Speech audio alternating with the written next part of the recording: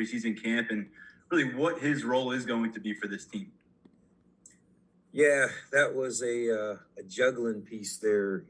Early on in camp, he spent a lot of time in the secondary.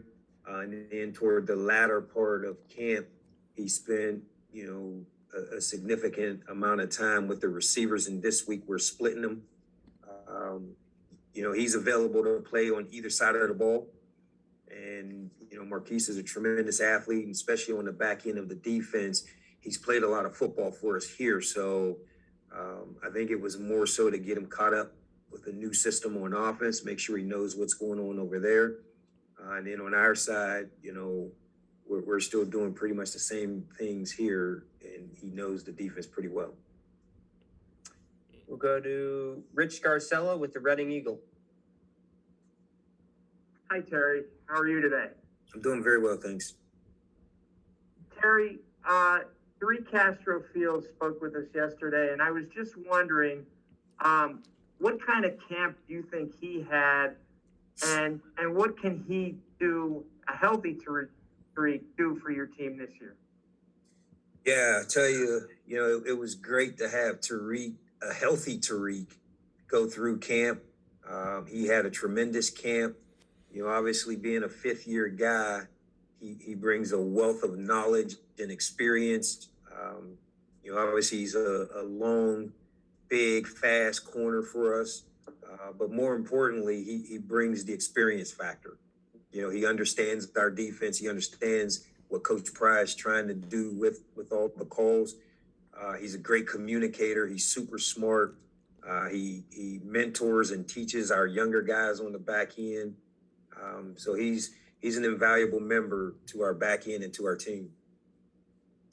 Let's go to Mark Brennan with Fight On State. Hey, Terry, thanks for your time today. Thanks, Mark. What was it? What was the situation with Jordan Minor being at Photo Day? And can you just talk about his journey here at Penn State? I'm sure it was pretty difficult for him. You were one of the guys who recruited him, but to have him be there, what did that kind of mean to him and the program? Thanks. Yeah, Jordan continues to be a major part of our team. He came in and unfortunately wasn't able to participate on the field, but he still participates with all team functions. He's around for practices. He's still one of the guys in the locker room with the fellas, and he's a big part of our team. So he's included in everything that we do. We were all disappointed several years back when he didn't have the opportunity to extend his playing career. But he's valuable to us, and for a guy like Johnny Dixon, who he knows personally, he was valuable for us bringing Johnny Dixon here. Let's go to Audrey Snyder with The Athletic. Hey, Terry, thanks for your time. I wanted to go back to Kenny and Alan Zamitis, and we talked a little bit about them before, but what did it mean when you bring in a guy like Alan with his background, but also to get Kenny back into the fold after he'd been here before when you guys had success? Yeah, when you talk about, in particular, Kenny, he brings a wealth of experience in the recruiting department. He knows Penn State. He's been here. When we had our, on paper, best recruiting class, Kenny was a part of that. He just knows us. He's a great communicator. He has great people skills. He has great connections. He networks all over the country. He brings a wealth of experience and knowledge to us. And then when you look at Alan Zamitis, coming from a coaching role, coming from a Penn State background, played in the NFL, understands football, understands scheme, and can talk to the prospects in the way that most recruiting staffs cannot. So both those guys are so valuable for our recruiting department and our staff in different ways, but equally as important.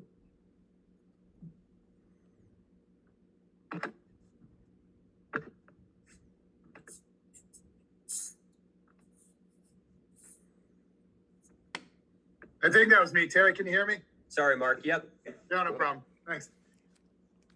It's September 2nd now, Terry, and you guys, I can go back on the road recruiting during the evaluation period. How do you plan to approach that this September, doing that again? Yeah, we're planning to be super busy. With the opportunity to get on the road, we haven't been on the road in over a year. So we want to take advantage of the opportunities this fall. We'll manage, which weekends that we'll send coaches out on the road, but, probably starting next week or the following week, we're going to have 1, 2, 3, or 4 coaches out on the road, maximizing the amount of days that we're allowed out on the road. Let's go to Nubias Wilborn with the Pittsburgh Post-Gazette. Hey, thanks for the time, fam. I always appreciate it, Terry. Yes, sir. Man, what have you guys noticed with Jair Brown that decided to where you can make him the starter at safety? Yeah, Jair, we call him Tig, is his nickname. He's been super consistent. He's where he is supposed to be in the defense. He understands the defense. He communicates really well. He's an older young man that's played a lot of football and, had a good start last year for us. And we just felt like his consistency and playmaking ability fits what we need to be that guy opposite of Brisker. We just feel like he's the added piece to make this one of the best secondaries in the nation. Let's go to Greg Pickle with BWI. Hey, Coach, thanks for your time this morning. Yes, sir. In looking at 2 guys that are newer to your program, I guess, what has Kalen King shown you as development between spring and summer camp? And then AJ Lytton's a guy you brought in as a transfer. What has he shown you since he's arrived? Yeah, Kalen's been, he continues to do great things. He had a really big spring for us, had a great summer and a great fall camp. He's going to play a lot of football for us, and we're excited about him. We're going to continue to move him along and push him forward and get him some reps. He's going to play Saturday. So we're really happy where he is. AJ has brought some depth to the position. Going to play on some special teams and things. And, he has a lot of knowledge and experience. So, the corner room has 6 or 7 guys that have played or can play and are ready to play. So the depth is pretty good. Let's go to Frank Bodani with the York Daily Record. Hi, Terry. I know you understand receivers quite well, your time at Penn State. How about Johan Dodson, the most special thing about him on your team, where you see his season going? Yeah, obviously we're all excited about Johan. He's as good a receiver as we've had in the program. Unparalleled ball skills. The guy can make any catch that's in his catch radius, and he has great speed. I want to say deceptive speed, but that's not the right word when you run 4.3. He can run and he's shifty and he's a great route runner, and he's I can't say enough good things about him. He's a great teammate. He's a great person. I'm glad he's on our team. He helps our back end get better every day in one-on-ones and skelly work and competition. Hopefully he's primed to have a great year. He's had a great camp. He's been impressive. When he's out there, he's out there. And he's making plays all over the field. And now it's time to carry him on to Saturdays. Let's go to John Sauber with the Center Daily Times. Hey, Terry, what stands out to you about the Wisconsin wide receivers, and what do you see as their strengths? Yeah, they're a consistent group of, they run good routes. They're well coached. When you watch these guys, they're very disciplined. If they're telling their guys to be at 18 yards on a comeback, you watch the film, that's where all of them are. They're at that 18-yard comeback. So, you know that you're going to get consistency. You're going to get guys that work hard. You know, they have a couple guys that can run. They're going to be disciplined. And the challenge for us this week is having great eye discipline, you know, because they're going to try to establish the run game, and then the play action game comes off of that. And if your eyes are bad, that's where they can get you. So we just got to make sure our pass defenders are defending pass first, and the run defenders are defending the run first. So, you know, and they got a couple guys that can stretch the field as well. And, you know, who knows what new wrinkles they put in through the offseason. You know, we feel like the coach is going to be calling the plays, and we'll see what's new this year. Let's go to Tyler Donahue with Lions 247. Terry, I want to ask you about a couple Western PA guys. Daquan Hardy seems to be in line for a pretty significant role this year. And Jaquan Brisker, who you've known for a long time, getting to not just the All-American buzz right now, but the team captaincy. If you could share some thoughts on where he's at now.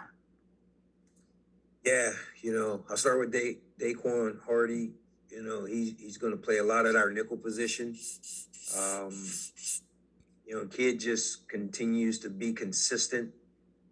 When you look at him, he's a little undersized for what you would like it to be. But he makes up for that with speed, athleticism, intelligence. He's a playmaker. You know, he's always around the ball. He can blitz. He can tackle. He doesn't have a weakness in his game. You know, and he's just been consistent. You know, we love him, and he's very valuable to our defense. When it comes to Brisker, you know, I can't be prouder of a guy than Jaquan Brisker. I'm really, really close to him and his family. I coached two of his older brothers. Have a relationship with, you know, his mom used to do my wife and my daughter's hair, so I know him very intimately, and I know his struggles. I know his story. And for a guy that's in line to get his degree this fall and have football at the fingertips of where he wants it, I'm just so happy for him. And the guy works super hard. You know, he's earned everything that he's getting in life and everything he's getting on his football field. So, you know, just excited to see him unleash all the hard work that he's put in and see it come out on Saturday. Mark Brennan. Terry, what makes Joey Porter Jr. so unique as a cornerback, and what are your expectations for him this season? Well, one of the biggest uniqueness for him is he's got 35-inch arms. You know, I think the only other guy in the program that was like that was Adolphe Owe, who, you know, left last year. You know, just his length is unparalleled. And then for a guy that's over 6'2", he has great speed. You know, he's a low 4.4 guy. When you combine that with the ability to change directions, it gives him an opportunity to be a unique, special type of individual on the back end. So, you know, we're excited about Joey. He had a really good camp. He's been consistent. He's healthy. Just looking forward to him going out and executing and, you know, basically just doing his job. You know, I tell the guys on the back end, we don't ask you to do anything special, but when the play comes to you, just be ready to defend the play and make the play that you're capable of making. So he's ready. He's had a great camp, and just anxious to see him. Audrey. Sorry, couldn't find the other mute button. Terry, you guys, as a whole, have struggled the last couple of years with creating takeaways. And I know a lot of guys say, you know, it's been emphasized and you always emphasize it in practice. But what leads you to believe that you guys will be better in that area this year? Well, you never know until you get out there and prove it. But we are working harder on our ball skills. We're on jugs more than ever. We've done more takeaway periods than ever. We've communicated it more than ever, and we're making it a point of emphasis each and every day of practice and each and every game. So, you know, you never know until it actually comes to fruition, but I do know we've made it more of a point of emphasis than ever. So we're just going to keep working hard at trying to get those takeaways because we know how important they are. we know if you win the takeaway game, you're going to win more football games than not. So it's very important, and we're conscious about it. Go ahead, Rich. Terry, sort of on the same vein, the defense gave up over 27 points a game last year, the most in the school history. What leads you to believe that the defense will be better this year? Just the continuity of the team. You know, we are more together than ever. Our locker room harmony is great. These guys respect each other, like each other, and want to play for each other. You know, we're trying to devise a scheme that fits the personnel. Coach Pride does a great job of pulling that all together. And, you know, there's just such continuity through preseason that we feel really good where we are right now. Obviously, no one knows until you go out there to that first game to see exactly where you are, but we're confident. We had a great camp, and you know, guys are doing their job and lining up where they're supposed to be and getting after it. You know, playing as 11 guys playing as one. You know, we're excited to see what happens. We got time for 3 more for Terry. We'll go to New Bias. Terry, do you get a chance to look at the other team's corners before I ask this question? Not really, no. Okay, all right. Well, then I'll switch off that. Then, for you guys, knowing everything that's going on in society, how are you still handling precautions and things when it comes to COVID, both for your recruiting travel as well as getting the team ready? Yeah, we're just following all the rules that have been set in place, you know, whether it's state guidelines or university policies, and you know, just doing our part to make sure our guys are safe and healthy. You know, it continues to be a challenge all around us. Our guys have been really great. We just follow the protocols and make sure that, you know, we stay on top of each other and in lack of better words, be our brother's keeper, just to make sure we stay healthy. And, you know, at the end of the day, we all want to play football. And so we have to do what's necessary for us to be able to enjoy the game that we all love. So our guys are doing great. Our kids are all bought in. The staff's bought in. We're going to do our part to play as many games as we can play this year. Greg Pickle.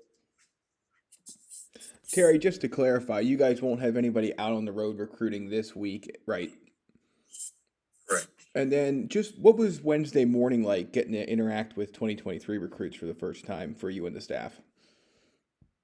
Yeah, it's like the hourglass, you know, we turn that thing over, and, you know, now that it's full, you know, with new prospects in the 23 class, and had an opportunity to message and talk to a ton of guys. You know, I know Coach's phone was blowing up at midnight, and, you know, he's reaching out to guys, and the entire staff was up sending graphics and communication. And it was a huge day in recruiting. First day that you can talk to the class of 23 and communicate with those guys. So it was exciting, kind of energizing. Now we're just excited to continue to build those relationships where, you know, the communication is a lot easier to reach those guys. And we'll wrap it up with Frank Bodani. Hey, Terry, you guys came into preseason camp with maybe your deepest cornerback room, most talent there maybe ever at Penn State. So how did you guys handle what's the biggest takeaway you got from your room in preseason camp? Biggest surprise, biggest positive? What stands out to you the most? Well, it is a competitive room. Those guys know, and, you know, I told them day one, if no one has a starting job, the most consistent play will win the job. And, you know, we felt like Tariq and Joey had really good, consistent camps, and Kalen King really just continues to impress us. You know, obviously Daquan Hardy's going to play at the star. You know, it's a competitive room. You know, with the addition of AJ Lytton coming in, You know, kid's a 4.3 runner. He's fast. He's athletic. He's quick. You know, obviously Marquise is there as well, and Johnny Dixon.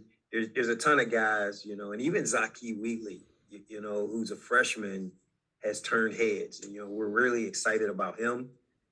So we're just going to continue to grow the room and teach the room and keep them competitive, you know, because at the end of the day, we have to go out and be consistent. We can't have one good quarter and one bad quarter. We've got to be good for 4 quarters until the final whistle. And competition keeps guys playing harder. So we'll just keep the room competitive, and you know, we'll rotate a little bit and play some guys, but you know, we're excited where we are. All right, thank you very much, Terry.